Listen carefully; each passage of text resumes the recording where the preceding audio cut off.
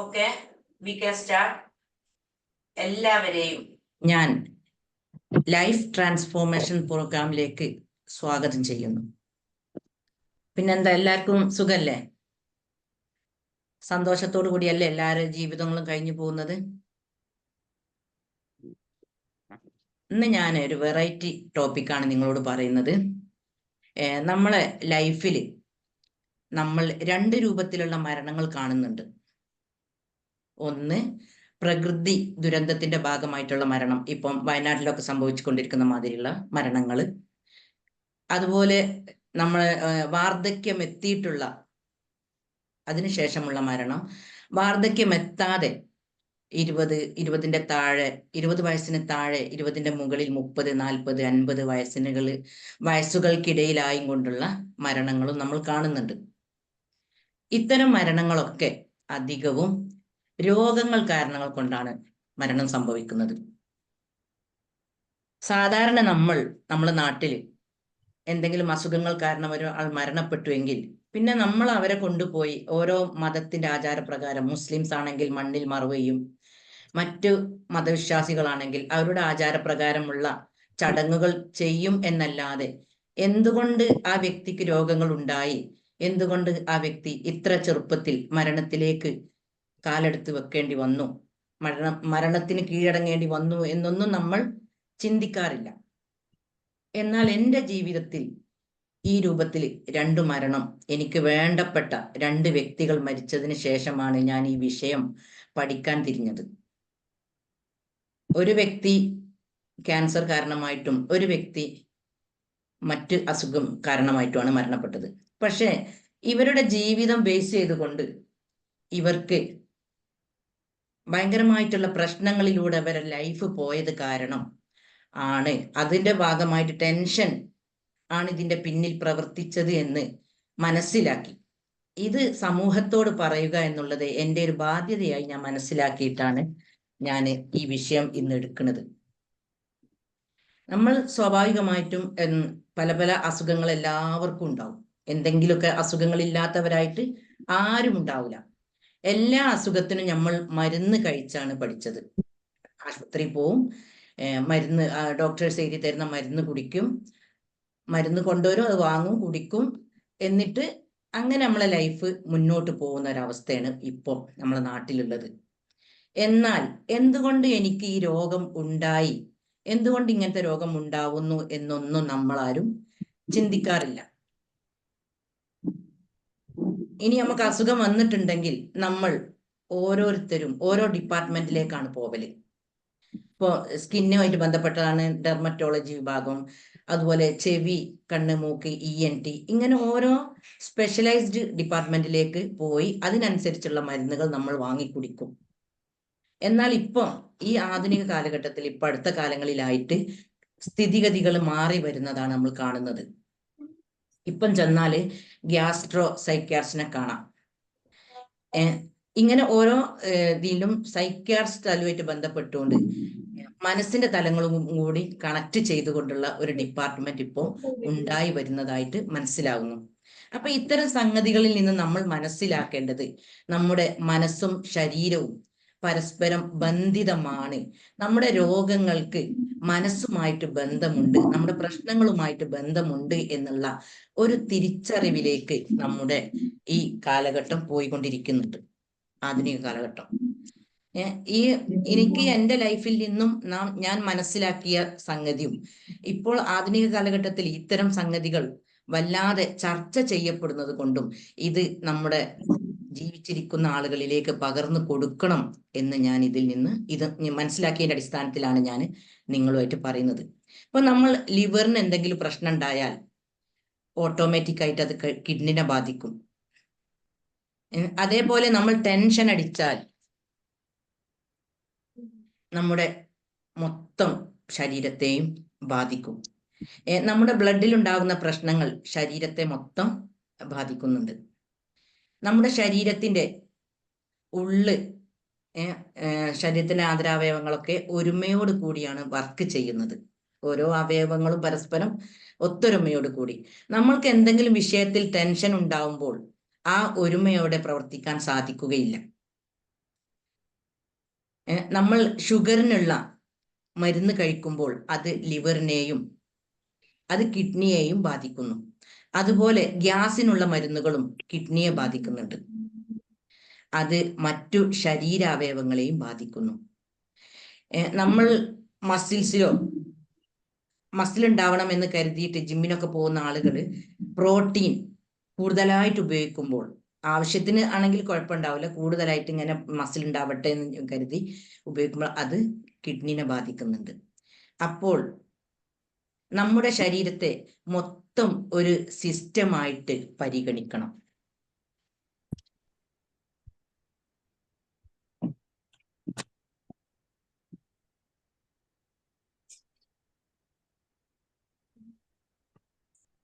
അവിടെയാണ് holistic healing വരുന്നത്. അതുപോലെ വയറിന്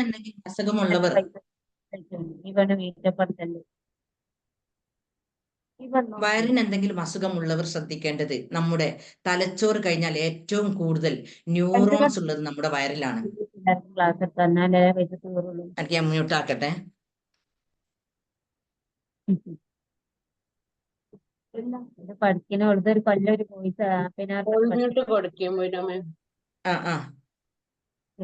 ഞാൻ മ്യൂട്ട് ആക്കട്ടെ. ഓക്കെ, ഒരു മിനിറ്റ്. ഞാൻ ഇവിടെ ഓൺ ആക്കിയതാണ് ചാർജർ. ഞാൻ ഇതിന്റെ മറ്റേ ഫോണിലാരാ രാവിലെ ക്ലാസ്സൊക്കെ അല്ലേ ഇപ്പൊ ചോദിച്ചു.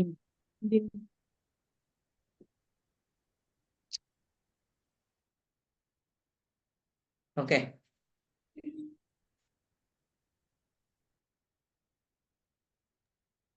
കണ്ടിന്യൂ.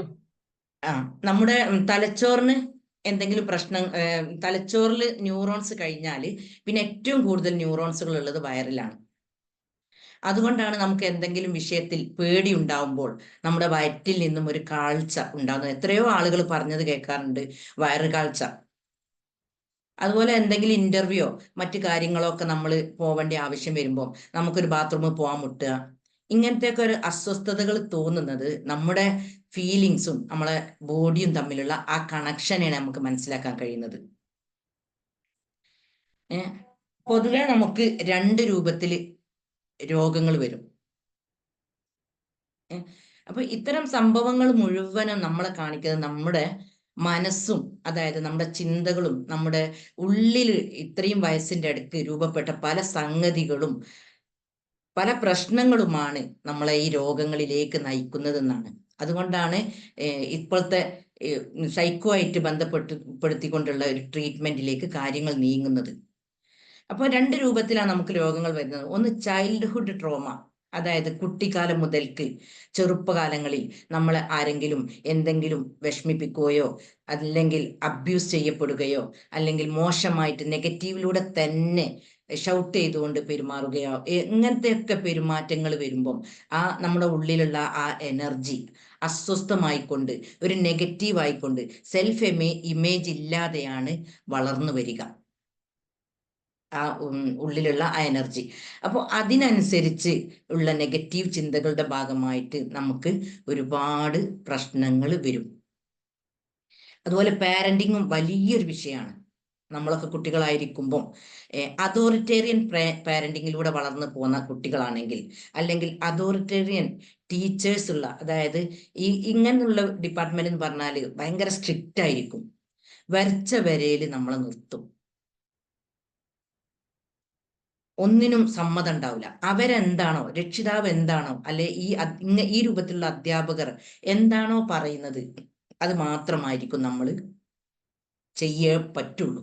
വേറെ എന്തെങ്കിലും എക്സ്ട്രാ ചെയ്തിട്ടുണ്ടെങ്കിൽ നന്നായി നമുക്ക് ഷൗട്ട് ചെയ്യും, അല്ലെ അടി കിട്ടും, ഭയങ്കര സ്ട്രോങ്ങിലായിരിക്കും. ഇങ്ങനത്തെ കുട്ടികളാണ് പിന്നെ വലുതാവുമ്പോൾ പല പ്രണയത്തിലും ഇതിലൊക്കെ പെട്ടുപോകുന്നത്. അതുപോലെ ഇതുപോലത്തെ ടീച്ചേഴ്സും ഉണ്ടാവും. ചിലപ്പോൾ പാരൻസ് നല്ല സ്നേഹത്തോടുള്ള പാരൻസ് ആയിരിക്കും, പക്ഷെ ടീച്ചർമാർ ഈ രൂപത്തിലുണ്ടെങ്കിലും. ഇപ്പം കുറച്ച് കഴിഞ്ഞ വർഷത്തുപോലെ ഒരു കുട്ടി സ്കൂളിലുള്ള ഒരു ടീച്ചറുമായിട്ട് ബന്ധപ്പെട്ടുകൊണ്ട് എന്നോട് ഭയങ്കരമായിട്ട് കരഞ്ഞു പറഞ്ഞിട്ടുണ്ട്, ഏതൊരു വിഷയം പഠിക്കാത്തതിന്റെ ഭാഗമായിട്ട്. ആ കുട്ടിക്ക് പിന്നീട് ഭയങ്കരമായിട്ടുള്ള ഒരു രോഗമാണ് കുറച്ച് കഴിഞ്ഞാട് ആ കുട്ടിക്ക് കണ്ടത്. ഒരുപാട് ആ പേരൻസ് കുട്ടീനെ ആശുപത്രികളിൽ കയറി ഇറങ്ങേണ്ടി വന്നിട്ടുണ്ട്. ഇതുപോലെ ഉള്ള അവസ്ഥയിൽ ഈ ചൈൽഡ്ഹുഡ് ട്രോമയും ചൈൽഡ്ഹുഡ് ട്രോമ എന്ന ഈ രൂപത്തിലുള്ള കാര്യങ്ങളാണ് ഈ പറഞ്ഞതൊക്കെയാണ് അതിൽ പെടുന്നത്. പിന്നെ ടെൻഷനാണ്. അത് നമ്മൾ വളർന്ന് വലുതായതിനൊക്കെ ശേഷം നമ്മുടെ ജീവിത സാഹചര്യത്തിനനുസരിച്ച് നമ്മുടെ വിവാഹം എന്ന് പറയുന്ന വലിയൊരു ഘടകമാണ് ഏതൊരു സ്ത്രീനെയും പുരുഷനെയും സംബന്ധിച്ചിടത്തോളം. വിവാഹം എന്ന് പറയുമ്പോൾ നമ്മൾ അതിൻ്റെ മുന്നേ നമ്മൾക്കൊക്കെ പല ആഗ്രഹങ്ങളും സ്വപ്നങ്ങളും ഒക്കെ ഉണ്ടാവും.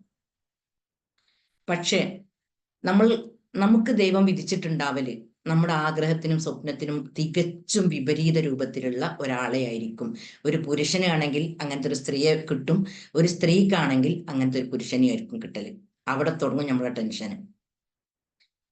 പിന്നെ നമ്മള് ഇതുവരെ പെരുമാറാത്ത, പരിചയമില്ലാത്ത ഒരു വീട്ടിലേക്ക് കയറി ചെന്ന് എന്തൊക്കെ കുറ്റങ്ങളും കുറവുകളും എന്തൊക്കെയാണ് എന്നുള്ള ഒരു വല്ലാത്ത സൂചിക്കണ്ണോടൊക്കെ ആയിരിക്കും ആ വീട്ടിൽ കയറി ചെന്ന ഒരു അവസ്ഥയിൽ നമ്മളെ മറ്റുള്ളവർ വീക്ഷിക്കുക. എത്ര നല്ലത് ചെയ്താലും അവരാരും കാണൂല. എന്തെല്ലാം പോരായ്മകളുണ്ട്, എന്തെല്ലാം കുറ്റങ്ങളും കുറവുകളുമാണ് ആ വ്യക്തിയിലുള്ളത് എന്നാണ് ആ വീട്ടിലുള്ള ആളുകളും അയൽവാസികളും ഒക്കെ നിരീക്ഷിക്കുക. ഇതൊക്കെ വർഷങ്ങൾക്ക് മുമ്പായിരിക്കും ചിലപ്പോൾ നമ്മളെയൊക്കെ ലൈഫിൽ കഴിഞ്ഞു പോയിട്ടുണ്ടാവല്. നമ്മൾ വിചാരിക്കാത്ത പലതും പറഞ്ഞിട്ടുണ്ടാവും, നമ്മൾ ഒരിക്കലും പ്രതീക്ഷിക്കാത്തത്. ചിലപ്പോൾ നമ്മൾ ആഗ്രഹിച്ച എന്തെങ്കിലും ഒരു ഫംഗ്ഷന്, അല്ലെ ഫ്രണ്ട്സോ അല്ലെ കുടുംബത്തിലോ എന്തൊരു കാര്യപ്പെട്ട ഒരു പരിപാടി ഉണ്ട്, അതിന് പോട്ടേന്ന് ചോദിക്കും. ഭർത്താവിനോട് ചോദിക്കുമ്പോൾ ഭർത്താവ് പറയും ഉമ്മയോട് ചോദിക്കും, ഉമ്മക്ക് സമ്മതം ഉണ്ടേ പോയിക്കോ. ഇങ്ങനെയൊക്കെ. അതുപോലെ ഭർത്താക്കന്മാർക്കും ഇതുപോലുള്ള ഒരുപാട് അനുഭവങ്ങൾ ഉണ്ടാവും. ഇത്തരം സംഭവങ്ങളൊക്കെ നമ്മളെ ലൈഫിൽ വന്നു പോകുമ്പോൾ, നമ്മളെ ലൈഫിൽ നമ്മളിങ്ങനെ കഴിഞ്ഞു പോകുമ്പം ഇതൊക്കെ നമ്മളെ എനർജിയിലേക്ക് വിഷമമായിക്കൊണ്ടാണ് പിടിക്കപ്പെടുന്നത്. അപ്പൊ നമുക്കൊരു രോഗം വരുമ്പോൾ ഇതൊന്നും നമ്മൾ ചിന്തിക്കൂല. നമ്മൾ വേഗം എന്താണോ നമ്മളെ ഇഷ്യൂ അതുമായിട്ട് ബന്ധപ്പെട്ട ഡിപ്പാർട്ട്മെന്റിലേക്ക് നമ്മൾ പോവും. അതിന് ഓല് തരുന്ന മരുന്നുകൾ കുടിക്കും. ആ കുടിക്കുമ്പോൾ ലേശം സുഖം ഉണ്ടാവും. പിന്നെയും എന്താവും, അതിന്റെ ടൈം കഴിയുമ്പോൾ ആ മരുന്നിന്റെ ഡോസും അതിൻ്റെ അതൊക്കെ കഴിയുമ്പോൾ വീണ്ടും നമുക്ക് അതേ അസുഖം അല്ലെ വേറെ എന്തെങ്കിലും അസുഖം മാറിയിട്ട് വരും. ഇങ്ങനെ പിന്നെ നമ്മുടെ ചിന്തകൾ മാറും. എന്താണ് എനിക്ക് രോഗം മാറാത്തത്, എന്തുകൊണ്ടാണ് ഞാൻ ഇത്രയും മരുന്നും ഇങ്ങനെയൊക്കെ കുടിച്ചിട്ടും മാറാത്തത് എന്നുള്ള ആ ചിന്ത വീണ്ടും വീണ്ടും നമ്മുടെ എനർജിനെ പിടിക്കപ്പെടും. ബോധമനസ്സ് ആവർത്തിക്കുന്നത് ഉപബോധ മനസ്സ് സ്വീകരിച്ച് നമ്മൾ നല്ല രോഗങ്ങളിലേക്ക്. അങ്ങനെയാണ് ഇപ്പോൾ ഞാൻ പറഞ്ഞില്ലേ, ഈ മരണപ്പെട്ട 70% ആളുകളുടെയും കേസിൽ സംഭവിച്ചിട്ടുണ്ടാവുക. പക്ഷെ ഇതിലേക്കൊന്നും നമ്മൾ ആരും ചിന്ത പോക്കേ ഒന്നും ചെയ്യില്ല.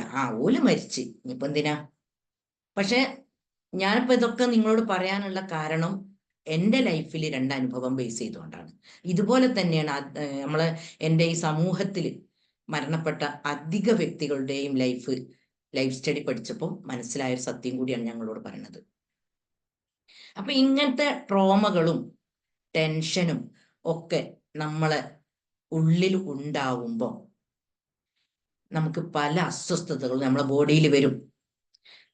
ധാരാളം ആളുകൾ പല ഭക്ഷണങ്ങളും കഴിക്കാൻ പറ്റാത്തൊരവസ്ഥയിലാണ് ഉണ്ടാവല്. പലർക്കും പല ഭക്ഷണങ്ങളും പറ്റൂല. അതിനൊക്കെ ഒരുപാട് കാരണങ്ങളുണ്ട്. അപ്പൊ പ്രോട്ടീൻ ഉള്ള ഭക്ഷണങ്ങളായിരിക്കും അധിക പേര് ഒഴിവാക്കുക. ഇങ്ങനെ ഇത് ഒഴിവാക്കുമ്പോൾ അത് നമ്മളെ ശരീരത്തെ ബാധിക്കും. അപ്പോൾ ഇത്തരം ഭക്ഷണങ്ങൾ നമ്മൾ ഒഴിവാക്കുമ്പം അത് നമ്മുടെ ശരീരത്തിന് ക്ഷീണം അനുഭവപ്പെടാൻ ഇത് കാരണമാകും. എന്നാൽ നമുക്ക് ഇത്തരം ഭക്ഷണങ്ങൾ പറ്റാത്തത് നമ്മുടെ മാനസികാവസ്ഥ ശരിയല്ലാത്തത് കൊണ്ടാണ് എന്നുള്ളത് നമ്മൾ ചിന്തിക്കാറില്ല. എനിക്കെന്തോ പ്രശ്നമുണ്ട്. പിന്നെ ഇപ്പോഴത്തെ കാലഘട്ടത്തിൽ ഒരു പ്രത്യേകത ഉണ്ട്, നമ്മൾ യൂട്യൂബും അങ്ങനെ പല നോളജുകൾ പറഞ്ഞു തരാനുള്ള കേന്ദ്രങ്ങൾ ഉള്ളത് കൊണ്ട് നമുക്ക് എന്തെങ്കിലും ഒരു അസ്വസ്ഥത ബോഡിയിൽ കാണുമ്പോൾ ഇത് അടിച്ചു വെക്കും. അതിലടിച്ചു നോക്കിയിട്ട് അവരെന്താണോ പറയുന്നത്, ആ പറയുന്ന ആൾക്ക് നല്ല വിവരം ഉണ്ടോ ഇല്ലെന്നൊന്നും നമ്മൾ ചിന്തിക്കൂല. ഇത്തരം ലക്ഷണങ്ങൾ ഉണ്ടായാൽ ക്യാൻസറിന് കാരണമാകും, ഇന്നിയും പ്രശ്നങ്ങൾ ഇന്ന അസുഖത്തിലേക്ക് നയിക്കും, കിഡ്നി പേഷ്യന്റിനുള്ള ലക്ഷണങ്ങൾ, ഇങ്ങനെ പറഞ്ഞിട്ട് പലതും യൂട്യൂബിൽ ഇങ്ങനെ പറയും. നമ്മൾ എന്ത് ചെയ്യും? എന്തോ ഒരു ചെറിയ സംഭവം ഉണ്ടാകുമ്പോൾക്ക് ഇതെന്താണ് കാരണം എന്നറിയാൻ നമ്മൾ യൂട്യൂബിൽ അടിച്ചു നോക്കും. അപ്പൊ അവര് നമ്മളെ ഒരിക്കലും വിചാരിക്കാത്ത രോഗങ്ങളുടെ ലിസ്റ്റ് ആയിരിക്കും തരല്. എന്നിട്ട് പിന്നെ അതും ആലോചിച്ച് നമ്മൾ നടക്കും. അപ്പോൾ പലവട്ടം ആവർത്തിക്കുന്നത് ഉപബോധ മനസ്സ് സ്വീകരിച്ച് നമുക്ക് ആ രോഗം ഉണ്ടാക്കി തരും. ഉപബോധ മനസ്സിന് ഒരുപാട് കഴിവുകളുണ്ട്. അതൊക്കെ ഞാൻ മറ്റു വീഡിയോസിൽ പറഞ്ഞിട്ടുണ്ട്. ഇങ്ങനെയൊക്കെയാണ് നമ്മളെ നാട്ടിലുള്ള രോഗങ്ങളുടെ പല അവസ്ഥകളും. ഇതൊന്നും നമ്മൾ ആരും മനസ്സിലാക്കാറില്ല. അതുപോലെ ഒരുപാട് ആളുകൾ അനുഭവിക്കുന്ന ഒരു സംഗതിയാണ് വേദന എന്നുള്ളത്. മസിലും ശരീരത്തിന്റെ വിവിധ ഭാഗങ്ങളിലൊക്കെ വേദന ഉള്ളവര്, വേദന ഇല്ലാത്തവരാരാണ് എന്ന് നമ്മളൊരു സെൻസസ് എടുക്കുകയാണെങ്കിൽ ചിലപ്പോൾ 10% ആളുകളെ വേദന ഇല്ലാത്തവരുണ്ടാവുള്ളൂ. ബാക്കി 90% മുട്ടുംകാലിനോ അല്ലെ പുറത്തൂടിയോ അല്ലെ കൈകളിലോ വയറിനോ എവിടെങ്കിലും വേദന ഫീൽ ചെയ്യുന്നവരായിരിക്കും.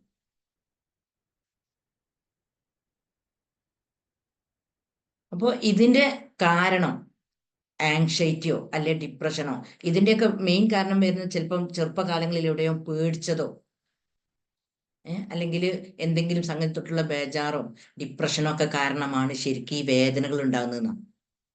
ഇതിന്റെ കറക്റ്റ് കാരണം നമ്മൾ കണ്ടുപിടിക്കപ്പെടില്ല. എന്നിട്ട് അതിനൊക്കെ പോവും നമ്മൾ ആശുപത്രിയിലേക്ക്. അതിന് അവര് തരുന്ന മരുന്ന് നമ്മൾ വാങ്ങി നമ്മൾ അങ്ങനെ കുടിക്കും. അതൊക്കെ തന്നെയാണ് നമ്മളെ ഉള്ളിലുള്ള മറ്റു ആന്തരാവയവങ്ങൾക്ക് പണി തരുന്നത്. പക്ഷെ ഇതൊന്നും നമ്മൾ ചിന്തിക്കാറില്ല. ഇതുപോലെ അലർജി, ആസ്തമ ഒരുപാട് ആളുകളെ അലട്ടുന്ന ഒരു പ്രശ്നമാണ് അലർജി എന്നുള്ളത്. അതുപോലെ മൈഗ്രെയിന്റെ തലവേദന, ഇതൊക്കെ എത്രയോ ആളുകളുണ്ട്.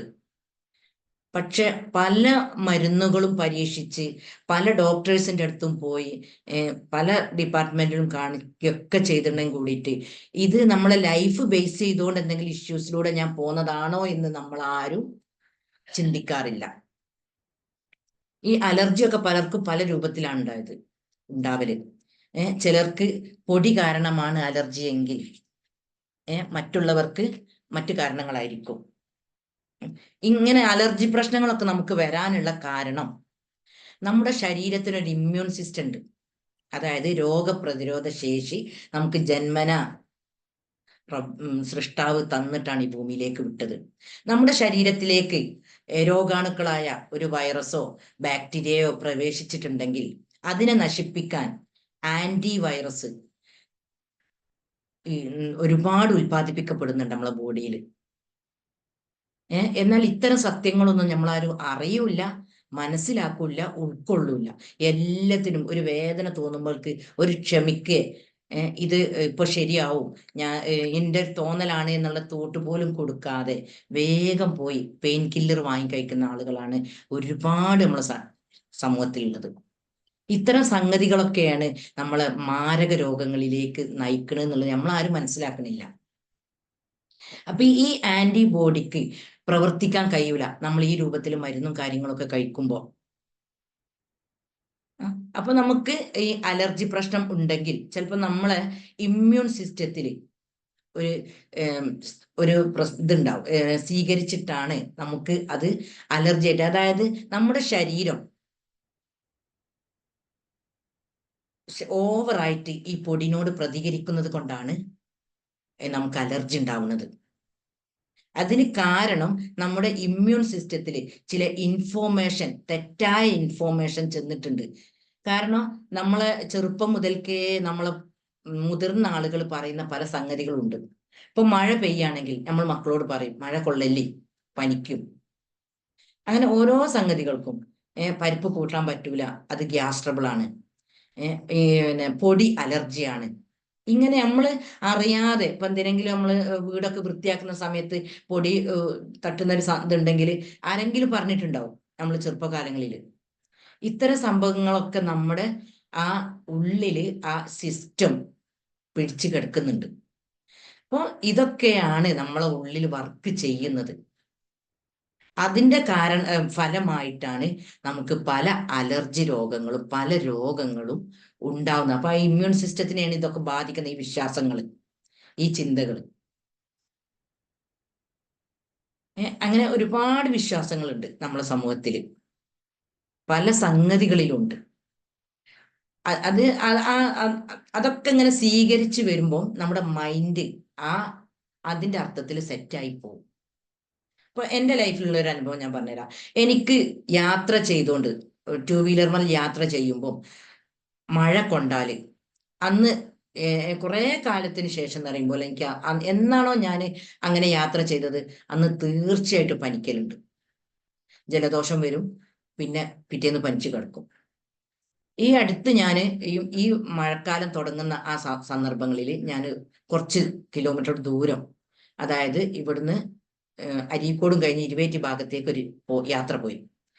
അപ്പൊ വീട്ടിൽ നിന്ന് എനിക്കിപ്പം മനസ്സിലായി ഇതൊക്കെ നമ്മുടെ ഓരോ വിശ്വാസങ്ങളും നമ്മളെ ഉള്ളിലേക്ക് സ്വീകരിച്ച പല സംഗതികളുമാണ് നമുക്കിതൊക്കെ ഉണ്ടാക്കുന്നത് എന്ന യാഥാർത്ഥ്യം ഉൾക്കൊണ്ടതിന്റെ അടിസ്ഥാനത്തിൽ ഞാൻ ഇവിടുന്ന് ഇറങ്ങുമ്പോൾ തന്നെ, അപ്പൊ മോൻ പറഞ്ഞു നല്ല മഴയല്ലേ, ഇപ്പൊ ഇന്ന് നമുക്ക് പോകണ്ട, വേറൊരു ദിവസം പോവാൻ തന്നെ. അപ്പൊ ഇന്ന് പോകാൻ ഞാൻ പറ്റൂല, ഇത് ഒരു അർജന്റ് ആവശ്യത്തിന് ചെല്ലാൻ പറഞ്ഞതാണ്, നമ്മൾ നിർബന്ധമായിട്ട് പോണ പറഞ്ഞു. ഞാൻ ആ വണ്ടിമേൽ കയറുമ്പോൾ മുതൽക്ക് പറയാൻ തുടങ്ങി എന്നോട് തന്നെ, എനിക്കൊരു കുഴപ്പം ഉണ്ടാവില്ല, എനിക്ക് പനിക്കൂല, ജലദോഷം ഉണ്ടാവില്ല. തിരിച്ച് അവിടുന്ന് ഇങ്ങോട്ട് പോരുമ്പോൾ നല്ല മഴയാണ്, ഇവിടെ എത്തുന്നത് വരെ മഴ കൊണ്ട്. ഞാൻ ആ അഫർമേഷൻ പറഞ്ഞതിന്റെ കാരണത്താൽ അതായിരിക്കാം എനിക്ക് ഇന്ന് വരെ പിന്നെ പനിച്ചിട്ടില്ല, ഒരു ജലദോഷമോ ഒരു തുമ്മലോ ഒന്നും ഉണ്ടായിട്ടില്ല. ഇത്തരം ഈ മൈൻഡിനെ ബേസ് ചെയ്തുകൊണ്ടുള്ള ഒരു പഠനം തന്നെ നമുക്ക് അറിയില്ല. നമ്മൾ നമ്മളെ ചെറുപ്പകാലങ്ങളിലുള്ള പല ആചാരങ്ങളും വിശ്വാസങ്ങളും പല സംഗതികളുമാണ് നമ്മുടെ ജീവിതത്തിനെ മാറ്റിമറിക്കുന്നത്. അത് ബേസ് ചെയ്തുകൊണ്ടുള്ള ഉള്ളിലേക്ക് എന്തെല്ലാം അറിവുകളാണോ പോയത് അതിന്റെ അടിസ്ഥാനത്തിലുള്ള ജീവിതമാണ് നമ്മൾ ജീവിക്കുന്നത്. ഇതാണ് നമ്മളെയൊക്കെ ലൈഫിൽ ഒരുപാട് പ്രശ്നങ്ങൾ ഉണ്ടാക്കാൻ കാരണം. പിന്നെ നമുക്ക് ലൈഫിൽ പ്രശ്നങ്ങൾ ഇല്ലാത്തവരായിട്ട് ആരും ഉണ്ടാവില്ല. ഒന്ന് സെൻസസ് എടുത്ത് നോക്കണ്ടി, ഒരു പ്രശ്നങ്ങളും ഇല്ലാത്ത ആരെങ്കിലും ഉണ്ടാവുകയാണ്. അപ്പൊ ഈ പ്രശ്നത്തിൽ നിന്നുകൊണ്ട് സമാധാനത്തോടെ സന്തോഷത്തോടെ എങ്ങനെ ജീവിക്കാം എന്നുള്ളതാണ് നമ്മൾ ആദ്യം പഠിക്കേണ്ടത്. ഇപ്പോഴത്തെ വിദ്യാഭ്യാസ സിസ്റ്റത്തിൽ ഇതൊന്നും ഉൾക്കൊള്ളിച്ചില്ല. വിദ്യാഭ്യാസ സിസ്റ്റം എന്ന് പറഞ്ഞാല് നമുക്കൊരു ജോലി ബേസ് ചെയ്തുകൊണ്ടുള്ള പഠനമാണ് വരുന്നത്. നന്നായി പഠിച്ചാൽ നമുക്ക് നല്ല ജോലി കിട്ടും. പക്ഷെ ഈ ജോലി കിട്ടിയിട്ടും നമുക്ക് സന്തോഷത്തോടെ സമാധാനത്തോടെ ജീവിക്കാൻ കഴിയും എന്നുള്ളത് പണം മാത്രമല്ല സന്തോഷത്തിന്റെയും സമാധാനത്തിന്റെയും മാനദണ്ഡം. ഒരുപാട് ഘടകങ്ങൾ, ഒരുപാട് മറ്റു ഘടകങ്ങൾ ഈ സന്തോഷവും സമാധാനവും നമുക്ക് ഉണ്ടാക്കാൻ വേണ്ടി ഉണ്ട്. ഇത്തരം തിരിച്ചറിവുകളാണ് നമുക്ക് ആദ്യം ഉണ്ടാവേണ്ടത്. ഇപ്പൊ ഞാൻ പറഞ്ഞല്ലോ ഈ വിഷയം ഞാൻ പഠിക്കുന്ന ഒരു വ്യക്തിയാണെന്ന്. ഇത് പഠനം നടത്തിയതിന്റെ അടിസ്ഥാനത്തിൽ ഓരോ ഈ ക്യാൻസർ കാരണമായിട്ടും പല സംഗതികൾ കാരണമായിട്ടും മരണപ്പെട്ടവരുടെ കേസ് സ്റ്റഡി ഞാൻ പഠിച്ചു. അപ്പോൾ ഓരോരോ ഫാമിലിയിലും ചെന്ന് അന്വേഷിക്കുമ്പോൾ അത്ഭുതപ്പെടുത്തുന്ന രൂപത്തിലുള്ള കാരണങ്ങൾ നമ്മൾ കേൾക്കല്. ചിലര് ബന്ധപ്പെട്ട ആളുകളുടെ മരണമായിരിക്കും. ഇപ്പൊ ഒരു വ്യക്തി 2 ചെറിയ മക്കള് ഉണ്ടായിരിക്കെ ചെറിയ കുട്ടിക്ക് 8 മാസമായ സമയത്താണ് ആ വ്യക്തി ക്യാൻസർ ആവുന്നത്.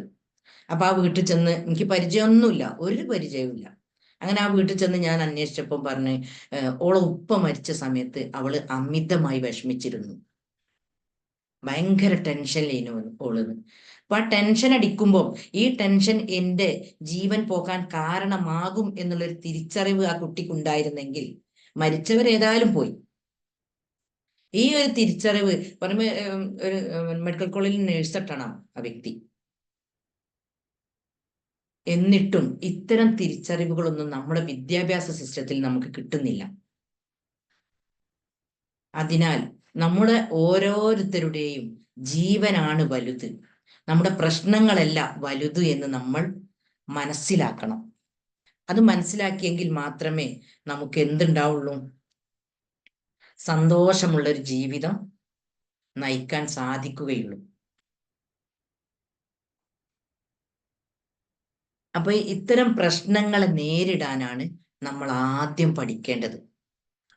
നമ്മൾ പഠിക്കാത്തതും ഇതാണ്, ഇത്തരം പ്രശ്നങ്ങൾ എങ്ങനെ നേരിടേണ്ടത് എന്നുള്ളത്. അപ്പോൾ ഇത് പഠിച്ചിട്ടില്ലെങ്കിൽ നമ്മുടെ വിലപ്പെട്ട ജീവനുകളായിരിക്കും നമ്മൾ ബലി കൊടുക്കേണ്ടി വരിക. ടെൻഷനും ഡിപ്രഷനുമാണ് ഒരുപാട് ആളുകളെ രോഗങ്ങളിലേക്ക് നയിക്കുന്നത്. ഈ മനസ്സിൽ നമ്മൾ ഓരോ വ്യക്തിന്റെ ഉള്ളിലുണ്ടാവും ഒരു സ്വകാര്യ ദുഃഖം, ആരോട് പറയാൻ പറ്റാത്ത പല പ്രശ്നങ്ങളും. എന്നാൽ അങ്ങനത്തെ ഡിപ്പാർട്ട്മെന്റിലുള്ള ആളുകളുടെ അടുത്തേക്ക് പോലും പോകൂല. കാരണം നമ്മൾ നല്ല ഡ്രസ്സിനും കാറ് വാങ്ങാനും ഇങ്ങനത്തേനൊക്കെ നമ്മൾ ഒരുപാട് പണം ചെലവഴിക്കും. എന്നാൽ നമ്മള് വീട്ടിലുള്ള ഒരു കാറ് കേട് വന്നാൽ, അല്ലെ ഒരു വണ്ടി നമ്മൾ ഉപയോഗിക്കുന്ന ഒരു വണ്ടി കേട് വന്നിട്ടുണ്ടെങ്കിൽ നമ്മൾ അതിനെ പെട്ടെന്ന് വർക്ക്ഷോപ്പിലേക്ക് കൊണ്ടുപോകും. അതുപോലെ നമ്മൾ ഉപയോഗിക്കുന്ന എന്തെങ്കിലും ഇലക്ട്രോണിക് ഉപകരണങ്ങൾ, ഫ്രിഡ്ജോ വാഷിംഗ് മെഷീനോ അങ്ങനത്തെ എന്ത് സാധനങ്ങൾ കേട് വന്നാലും അത് നന്നാക്കുന്ന ഷോപ്പിലേക്ക് നമ്മൾ കൊണ്ടുപോകും. എന്നാൽ നമ്മുടെ ഉള്ളിലുള്ള ഈ എനർജി കേടാവുന്നതാണ് നമ്മുടെ ശരീരത്തിലുള്ള രോഗങ്ങൾ എന്ന് തിരിച്ചറിയാനുള്ള ഒരു കഴിവ് പോലും ഇന്നത്തെ മനുഷ്യന്മാർക്കില്ല. നമ്മൾ അറിയാതെ നമ്മൾ ജീവിക്കുന്ന ചുറ്റുപാടിൽ നിന്നും ആരുടെയൊക്കെയോ ദേഷ്യവും വൈരാഗ്യവും കുശുമ്പും അസൂയയും ഇങ്ങനെ നെഗറ്റീവായിട്ടുള്ള എല്ലാ സംഗതികളും നമ്മുടെ ഉള്ളിൽ നിറയുമ്പോൾ അതിന്റെ റിസൾട്ടാണ് നമ്മുടെ രോഗങ്ങൾ. നമ്മുടെ മൈൻഡ് ക്ലീൻ ആണെങ്കിൽ, നമ്മളെ മനസ്സിൽ ആരോടും ഒരു ദേഷ്യമോ വിദ്വേഷമോ പകയോ അസൂയോ ഒന്നും ഇല്ലെങ്കിൽ നമ്മളെ ബോഡിയിലും ഒരു പ്രശ്നം ഉണ്ടാവില്ല. കാരണം ഒരു 10 വർഷം മുന്നേ ഇതേപോലെ ഒരുപാട് രോഗങ്ങളിലൂടെ കടന്നുപോയൊരു വ്യക്തിയാണ് ഞാൻ. ഇപ്പൊ വേണ്ടപ്പെട്ട 2 ആൾക്കാർ മരിച്ചു പറഞ്ഞേ, അവര് ജീവിച്ച ചുറ്റുപാടിലാണ് ഞാനും ജീവിച്ചത്. അവരെ ബാധിച്ചതുപോലെ ആ പ്രശ്നങ്ങൾ മുഴുവനും എന്നെയും ബാധിച്ചിട്ടുണ്ട്.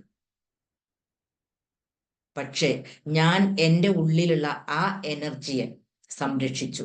അതുകൊണ്ട് ഇന്ന് ഞാൻ നിങ്ങളോട് മാന്യമായി സംസാരിക്കുന്നു. ഇത് നമ്മളെ ഉള്ളിലുള്ള എനർജിനെയാണ് നമ്മൾ ആദ്യം കാത്തു സൂക്ഷിക്കേണ്ടത്. നമ്മളോട് പലരും കുറ്റപ്പെടുത്താനും മോശമായി പെരുമാറാനും, നമ്മൾ നേരം വെളുത്ത് എണീച്ചത് മുതൽക്ക് അടുക്കളയിലേക്ക് വന്നതായിരിക്കും. രാവിലത്തെ ചായയും കടിയും കുട്ടികളെ സ്കൂളിൽ പറഞ്ഞേക്കലും അതും ഇതൊക്കെ ചെയ്ത് ഉച്ചക്കുള്ള ഭക്ഷണം ഉണ്ടാക്കി വീടൊക്കെ വൃത്തിയാക്കി ജോലിക്ക് പോകുന്നവരാണ് പറയാനില്ല കാര്യം. തട്ടിപ്പടിച്ച് കാര്യങ്ങൾ ചെയ്ത് ജോലിക്ക് പോയി.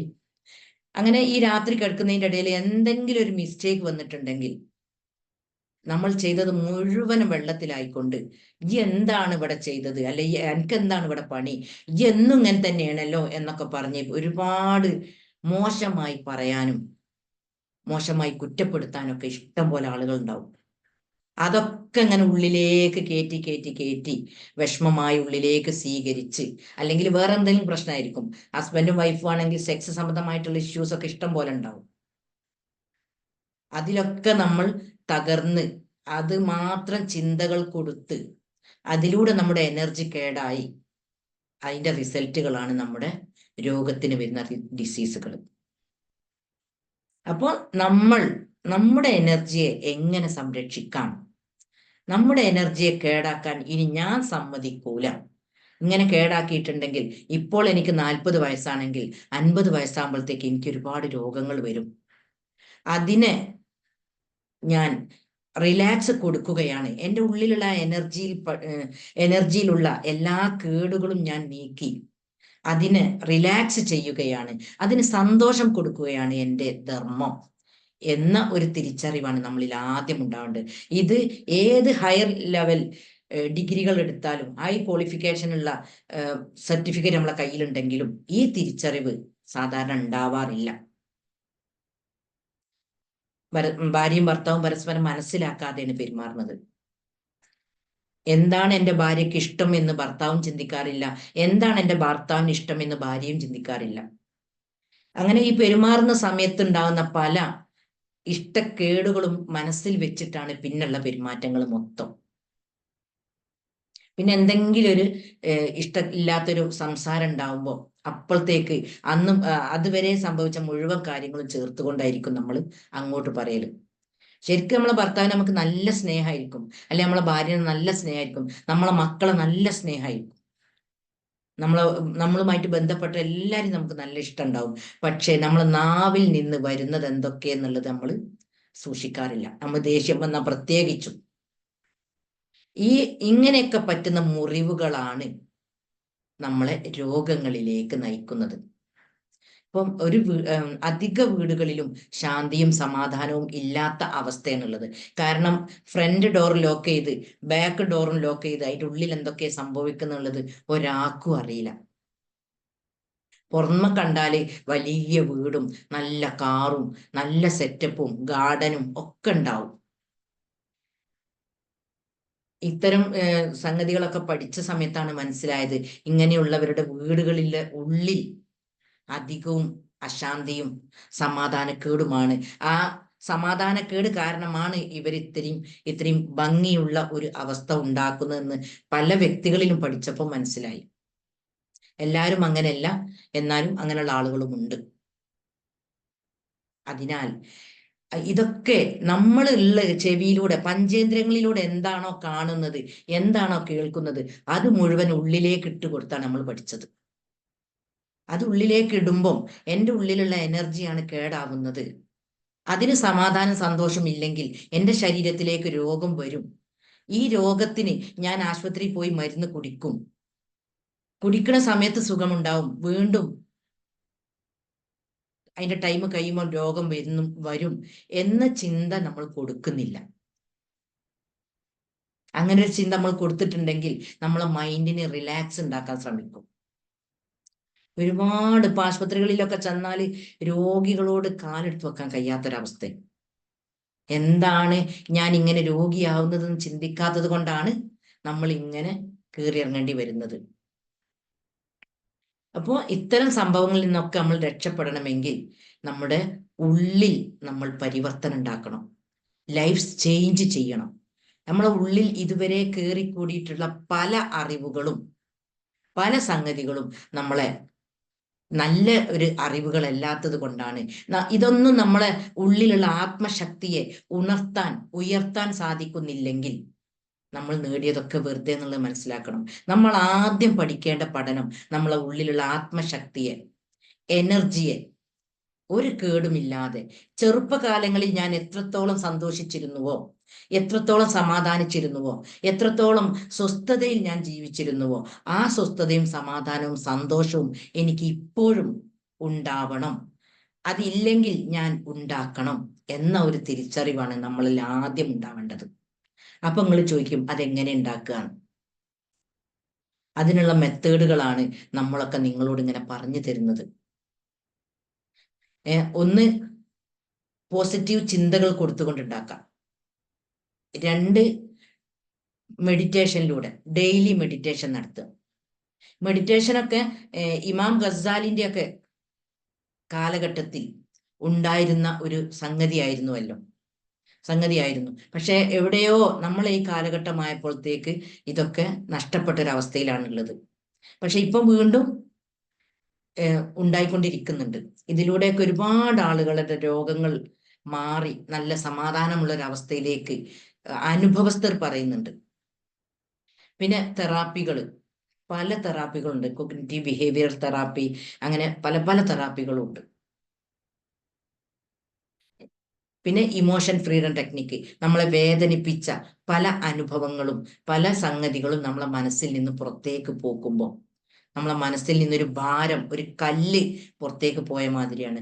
എത്രയോ ആളുകൾക്ക് ഈ ഇമോഷൻസ് ഫ്രീഡം ടെക്നിക്ക് ചെയ്ത് കൊടുക്കുമ്പോൾ, EFT ചെയ്ത് കൊടുക്കുമ്പോൾ ആ സ്പോട്ടിൽ തന്നെ പറയലുണ്ട്, വല്ലാത്തൊരാശ്വാസം എന്ന്.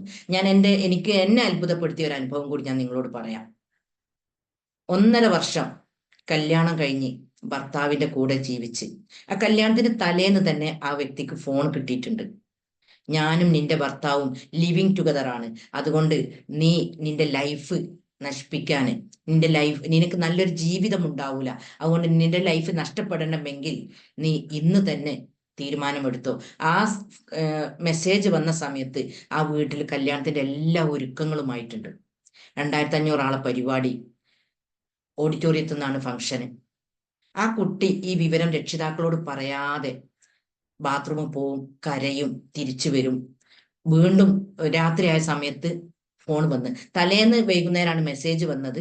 പിന്നെ തലേന്ന് രാത്രി ഫോൺ വന്ന് ഇതേ പെൺകുട്ടി തന്നെ ഇതേ കാര്യം പറഞ്ഞ്, ഈ രക്ഷപ്പെട്ടോ, എൻ്റെ ലൈഫാണ്, ഞാനും അവനും ലിവിങ് ടുഗദർ ആണ്, കല്യാണത്തിന് നിൽക്കണ്ട എന്നുള്ളത്. അപ്പോഴും ഈ കുട്ടി ആരും കാണാതെ ബാത്റൂമിൽ പോയി കരഞ്ഞ് തിരിച്ചു വന്നു. അങ്ങനെ കല്യാണം കഴിഞ്ഞ് കല്യാണത്തിന്റെ അന്ന് പുതുക്കത്തിന് പോയ സമയത്ത് എൻ്റെ മുന്നിൽ വന്നപ്പം ആ ഉമ്മയും മകളും പറഞ്ഞതാ ഞാൻ നിങ്ങളോട് ഷെയർ ചെയ്യുന്നത്. പുതുക്കത്തിന് പോയ സമയത്ത് ഈ മകള് ഈ ബ്രദേഴ്സിനെ വിടുന്നില്ല എന്നാണ്, കെട്ടിപ്പിടിച്ച് നിൽക്കുകയാണ്. അപ്പം തന്നെ ഇവർക്ക് എന്തോ ഒരു സംശയമുണ്ട്, എന്താ അവള് ഇങ്ങനെ എന്നുള്ളത്. അങ്ങനെ പിന്നെ തിരിച്ചു പോന്നു. കല്യാണമൊക്കെ ഭംഗിയായിട്ട് കഴിഞ്ഞു. ഈ പെൺകുട്ടി ഫസ്റ്റ് നൈറ്റ് തന്നെ ഇവൻ പറഞ്ഞു, ഇനി എന്നിൽ നിന്ന് ഇങ്ങനത്തെ ഒരു പ്രശ്നവും ഉണ്ടാവൂല, എനിക്ക് ഈ മാപ്പ് കൊണ്ടാ, ഇനി എൻ്റെ ഭാഗത്തു നിന്ന് ഒന്നും ഉണ്ടാവില്ല എന്നുള്ള വാക്കിന്റെ അടിസ്ഥാനത്തിൽ അവൾ ലൈഫ് മുന്നോട്ട് നീക്കി. 3 മാസം കഴിഞ്ഞപ്പോഴാണ് ഇവനും അവളും നിന്ന ഫോട്ടോ കാണുന്നത് എന്നാ പറഞ്ഞത്. അങ്ങനെ ഇത് ചോദ്യം ചെയ്യുമ്പോൾ ഇവന് അടിക്കും, എൻ്റെ തോന്നലാണ്, അങ്ങനെ പലതും പറഞ്ഞ് അവസാനം ഇവളെ മേല് വീട്ടുകാരോടൊക്കെ ഇവൾ ഈ വിഷയം പറഞ്ഞപ്പം ഇവൻ പറഞ്ഞു അവൾക്ക് എന്നെ സംശയമാണ്. പിന്നെ വീണ്ടും ദിവസങ്ങൾ മുന്നോട്ട് പോയി, മാസങ്ങൾ മുന്നോട്ട് പോയി. പിന്നെയാണ് പോക്സോ കേസിലൊക്കെ ഇവനെ പിടിക്കപ്പെടുന്നത്. അപ്പോഴത്തേക്ക് ഈ കുട്ടി ആകെ തകർന്നിട്ടുണ്ട്. കാരണം ഒരുപാട് ഈ കുട്ടി സഹിച്ചു, കുറെ വേദനിപ്പിച്ചതായിട്ടും ഇങ്ങനത്തെ പല സംഗതികളും കുട്ടി സഹിച്ചു. അവസാനം പേപ്പറിലൊക്കെ വന്നപ്പോൾ ഫ്രണ്ട്സുകളൊക്കെ ഈ പെൺകുട്ടിനോട് ചോദിച്ചു, എന്താ എൻ്റെ ഹസ്ബൻഡിന് പറ്റിയത്, എന്തുകൊണ്ട് അങ്ങനെയൊക്കെ ആയത് എന്നൊക്കെ. അതിൽ ഈ കുട്ടി എൻ്റെ മുന്നിൽ വരുമ്പോൾ ഭയങ്കര ചുമയാണ്. കുട്ടി സംസാരിക്കുമ്പോൾ എനിക്ക് കേൾക്കാൻ പറ്റുന്നില്ല, ചുമച്ചിട്ട്. അപ്പൊ ഞാൻ പറഞ്ഞു, എനിക്ക് ഈ പെൺകുട്ടി ഈ കാര്യങ്ങളൊക്കെ പറഞ്ഞാലാണല്ലോ എനിക്ക് മനസ്സിലാവല് എന്താണ് സംഭവിച്ചത് നോക്കുന്നത്. അപ്പൊ ഞാൻ വേഗം ഇവൾക്കൊരു ടാപ്പിംഗ് കൊടുത്തു, അതായത് ഇമോഷൻസ് പോവാനുള്ള. ഇങ്ങനെ ചുമച്ചത് കാരണം എനിക്ക് ഒരു അസ്വസ്ഥത. അങ്ങനെ ഞാൻ ഫസ്റ്റ് ടാപ്പിംഗ് കൊടുത്തപ്പോൾ ഈ കുട്ടിയുടെ ചുമ അവിടെ നിന്ന്. പിന്നെ എൻ്റെ അടുത്ത് വന്നതിന് ശേഷം 2 മാസത്തിന് ഇപ്പുറം ആ വ്യക്തിക്ക് കല്യാണം ഫിക്സ് ചെയ്തിട്ടുണ്ട്. അപ്പൊ ആ കുട്ടി വീട്ടുകാരോട് പറഞ്ഞത്, എനിക്ക് ഒരു കല്യാണം വേണ്ട, ഈ കല്യാണം വേണ്ട, ഒരു കല്യാണം വേണ്ട. അപ്പൊ ആകെ വിഷമത്തിലാണ് വീട്ടുകാർ. പിന്നെ രണ്ടാമത് ഞാൻ ഈ കല്യാണത്തിന് കുട്ടി നിൽക്കാൻ വേണ്ടിയിട്ടുള്ള ഒരു ടാപ്പിങ്ങും കൊടുത്തു. ഇന്നിപ്പം ആ കുട്ടി സന്തോഷത്തോടെ ജീവിതം മുന്നോട്ട് പോകുന്നുണ്ട്, കല്യാണം കഴിഞ്ഞ്. അതാണ് ഇങ്ങനത്തെ ഒക്കെ ടെക്നിക്കുകൾ നമ്മൾ പ്രയോഗിക്കുമ്പോൾ നമ്മുടെ ഉള്ളിൽ മാറ്റങ്ങൾ വരും. പോസിറ്റീവ് ചിന്തകൾ കൊടുക്കുക.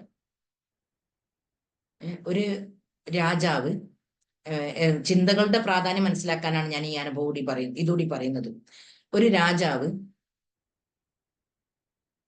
മന്ത്രിനോട് പറഞ്ഞു, അല്ലയോ മന്ത്രി, എല്ലാ സുഖവും സൗകര്യവും ഒക്കെ ഉണ്ട്, എന്താണെന്ന് അറിയില്ല, മനസ്സിനൊരു അസ്വസ്ഥത, ഒരു സമാധാനമില്ല, വെറുതെ വിഷമം അങ്ങനെ വരുന്നു.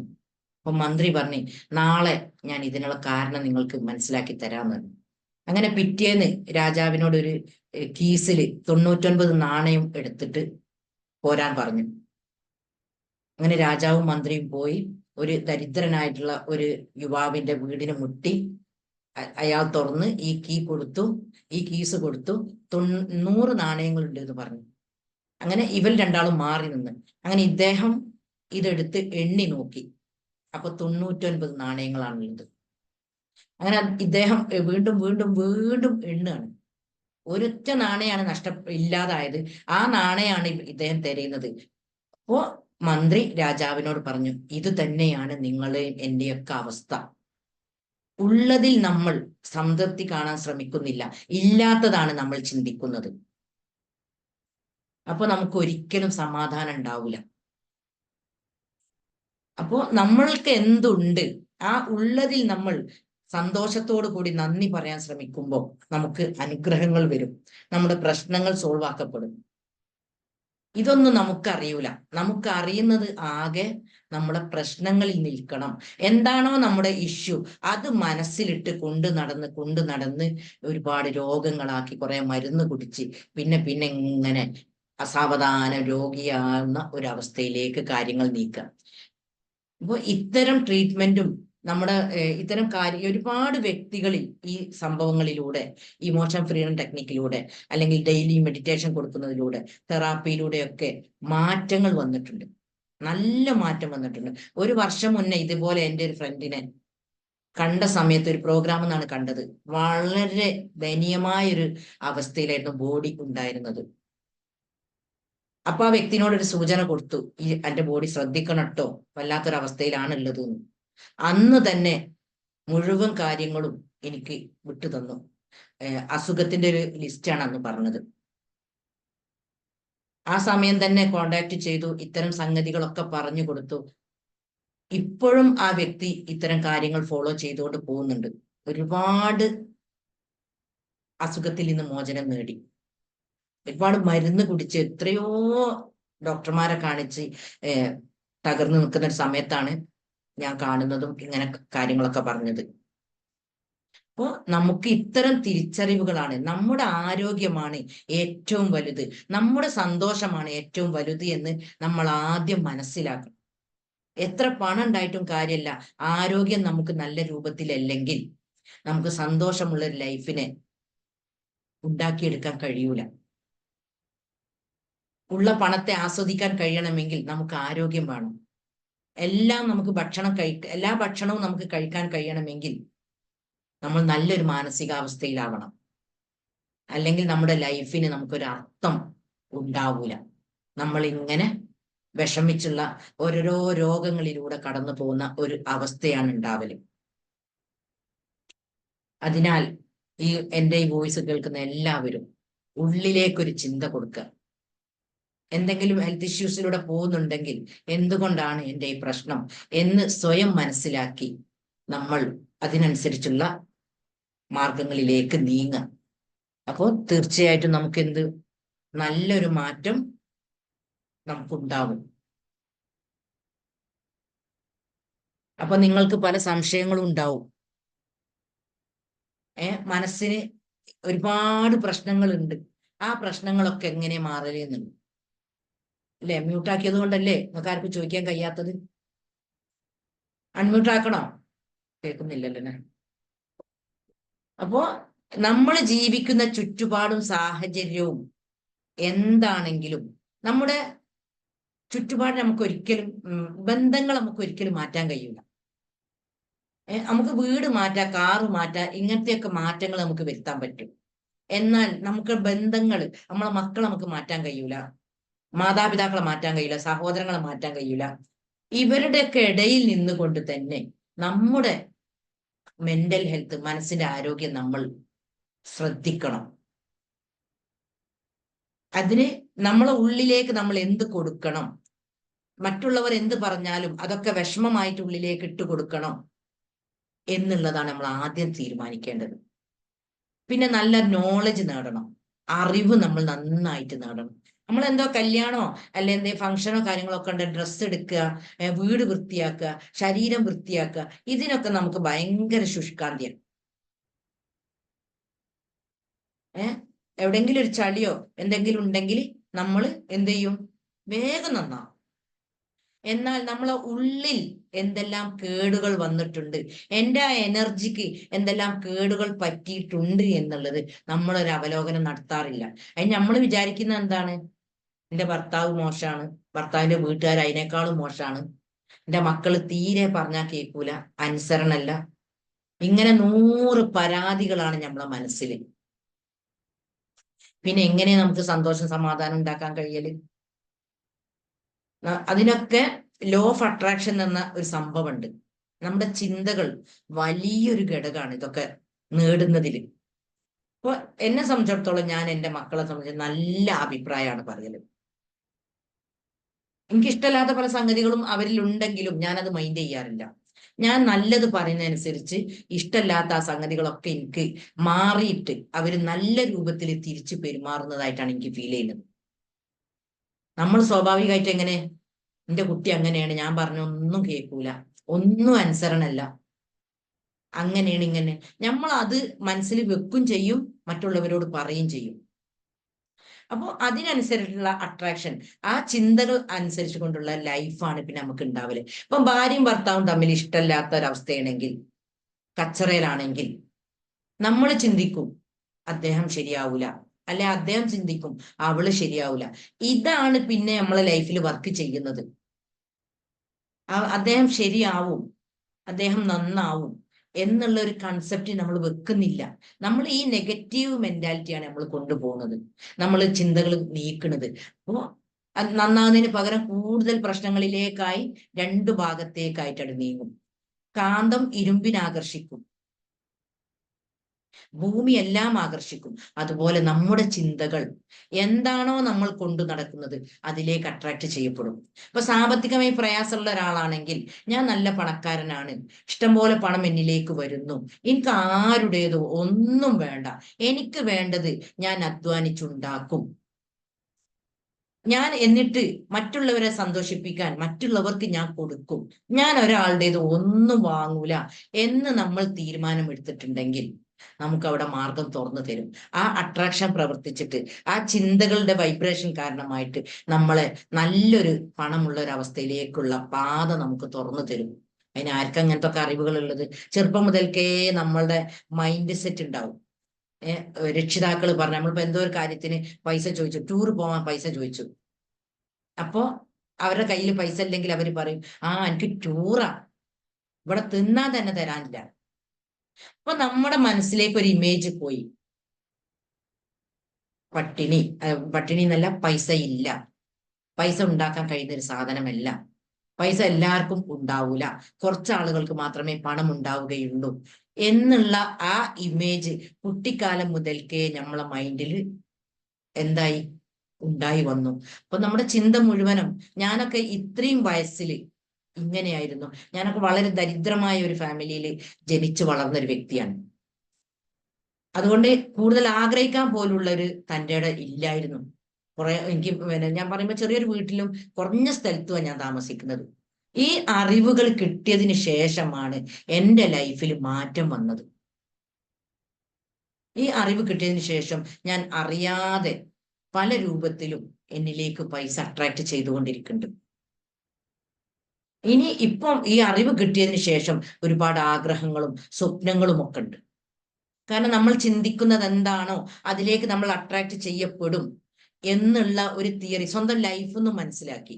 സ്വന്തം ലൈഫ് എന്ന് പറഞ്ഞാൽ ഒരു ലാപ്ടോപ്പ് വാങ്ങുക എന്നുള്ളൊരു ആഗ്രഹമല്ല.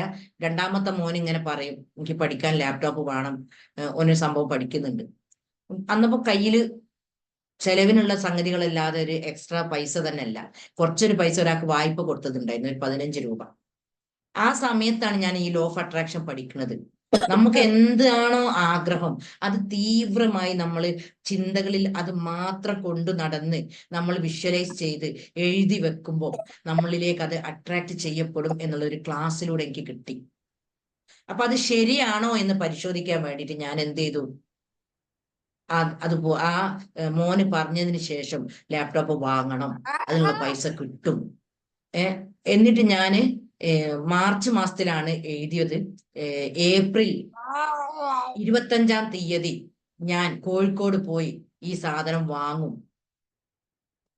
റെഡി കാഷിന് വാങ്ങും, 10ന്റെ പൈസ ഒരാളോട് ഞാൻ വായ്പ വാങ്ങൂല എന്നൊക്കെ ഞാൻ എഴുതി വെച്ച് പോകുന്നതായിട്ടും വാങ്ങിക്കൊണ്ടുവന്നതായിട്ടും ടേബിൾ മേൽ വെച്ചതായിട്ടും ഒക്കെ മനസ്സിൽ കണ്ട്, ദൈവാനുഗ്രഹത്താൽ ഏപ്രിൽ 15-ാം തീയതി ആ എഴുതിയത് എന്താണോ അതുപോലെ പോയി വാങ്ങി കൊണ്ടുവന്നു. 50 രൂപ, 50ന്റെ മേലെ പൈസ അയൻ ചെയ്തു, 50,000. 1 രൂപ പോലും ആരോട് വാങ്ങേണ്ടി വന്നിട്ടില്ല. അപ്പൊ ലോ ഓഫ് അട്രാക്ഷൻ, അതായത് കാന്തം ഇരുമ്പിനെ ആകർഷിക്കും, ഭൂമി എല്ലാം ആകർഷിക്കും, നമ്മുടെ ചിന്തകൾ എന്താണോ അതിലേക്ക് നമ്മൾ ആകർഷിക്കപ്പെടും എന്നുള്ള ആ അറിവ് എൻ്റെ ലൈഫിൽ മാറ്റം ഉണ്ടാക്കിക്കൊണ്ടിരിക്കുന്നുണ്ട്. ഇതുപോലെ നമ്മുടെ ചിന്തകളെ നമ്മൾ നേരായ റൂട്ടിലേക്ക് നമുക്ക് വിടാൻ സാധിച്ചാൽ, നമ്മളെല്ലാവരും പാസ്റ്റിലിടും. പാസ്റ്റ് ലൈഫ് എന്താണോ നമ്മളെ ലൈഫിൽ കഴിഞ്ഞു പോയത്, എന്തൊക്കെ പ്രശ്നങ്ങളിലൂടെയാണോ കഴിഞ്ഞു പോയത്, അതിലാണ് ഞാനും നിങ്ങളൊക്കെ ഇപ്പോഴും നിൽക്കുന്നത്.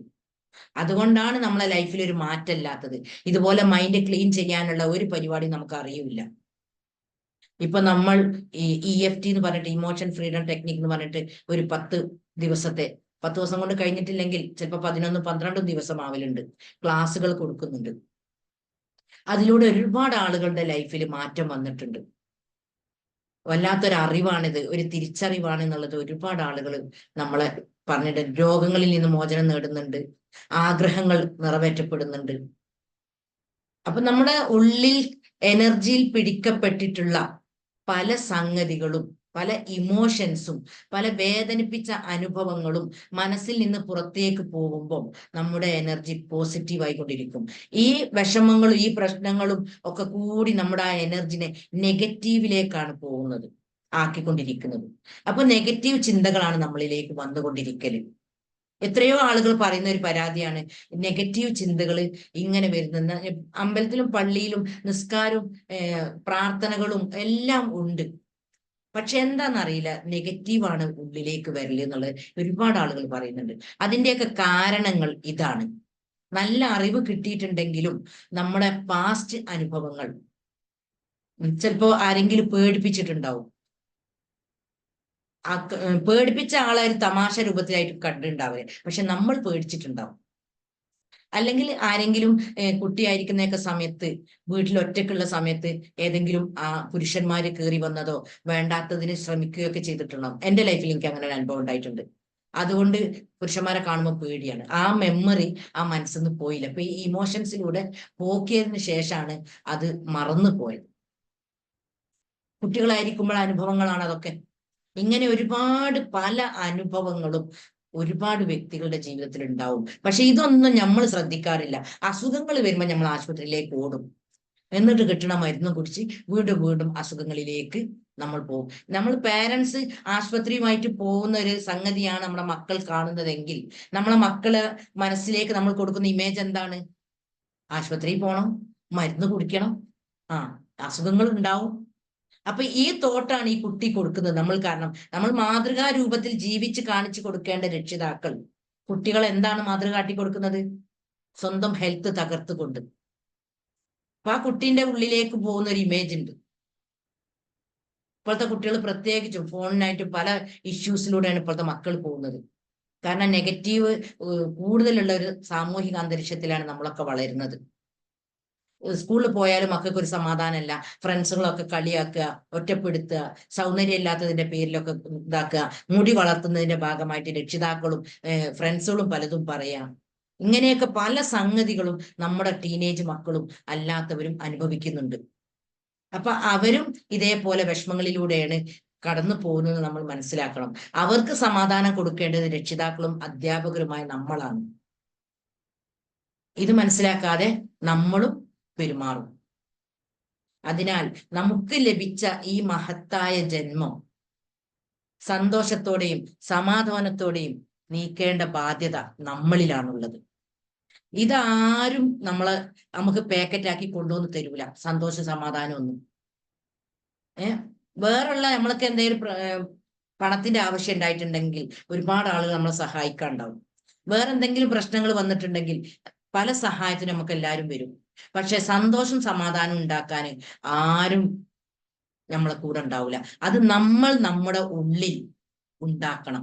എങ്കിൽ മാത്രമേ എന്താവുള്ളൂ, നമ്മൾ രോഗങ്ങളിൽ നിന്നും മുക്തി നേടി നല്ലൊരു അവസ്ഥയിലേക്ക് നമ്മൾ നീങ്ങുകയുള്ളൂ.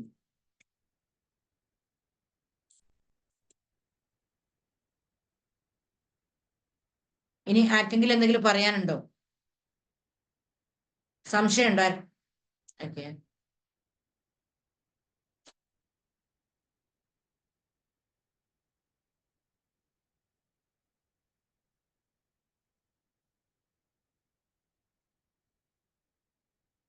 ആർക്കെങ്കിലും എന്തെങ്കിലും പറയാനുണ്ടോ? സംശയം എന്തെങ്കിലും ഉണ്ടോ?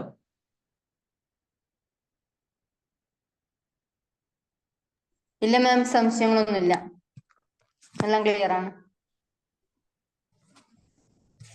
90% രോഗങ്ങളും സൈക്കോസൊമാറ്റിക് ആണ് എന്ന് തെളിയിക്കപ്പെട്ടിട്ടുണ്ട് ശാസ്ത്രീയമായിട്ട്.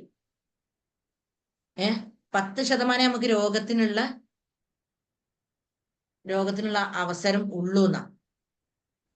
അതും അസ്ഥി സംബന്ധമായതും ബ്രെയിൻ സംബന്ധമായിട്ടുള്ള അസുഖങ്ങളാണ് നമുക്ക് സാധ്യതകൾ ഉള്ളത്. പക്ഷെ ഇന്ന് കാണുന്ന അസുഖങ്ങൾ മൊത്തം എന്താണ്? സൈക്കോസൊമാറ്റിക് ആയിട്ടുള്ള രോഗങ്ങളാണ്. അപ്പൊ അതിനാൽ എൻ്റെ ഈ ശബ്ദം കേൾക്കുന്ന എല്ലാവരും സ്വന്തം ആരോഗ്യത്തിന് നല്ല പ്രാധാന്യം കൊടുക്കുക. സ്വന്തം എനർജിയെ ഒരു കേടുമില്ലാതെ, ഒരു വിഷമത്തിനും അവസരം കൊടുക്കാതെ സംരക്ഷിക്കും എന്നുള്ള ഒരു പ്രതിജ്ഞ എടുക്കാൻ തയ്യാറാവാം. എല്ലാവർക്കും നല്ല സന്തോഷവും സമാധാനവും ഉണ്ടാവട്ടെ എന്ന് ഞാൻ ആത്മാർത്ഥമായിട്ട് ആഗ്രഹിക്കുകയും പ്രാർത്ഥിക്കുകയും ചെയ്യുന്നു.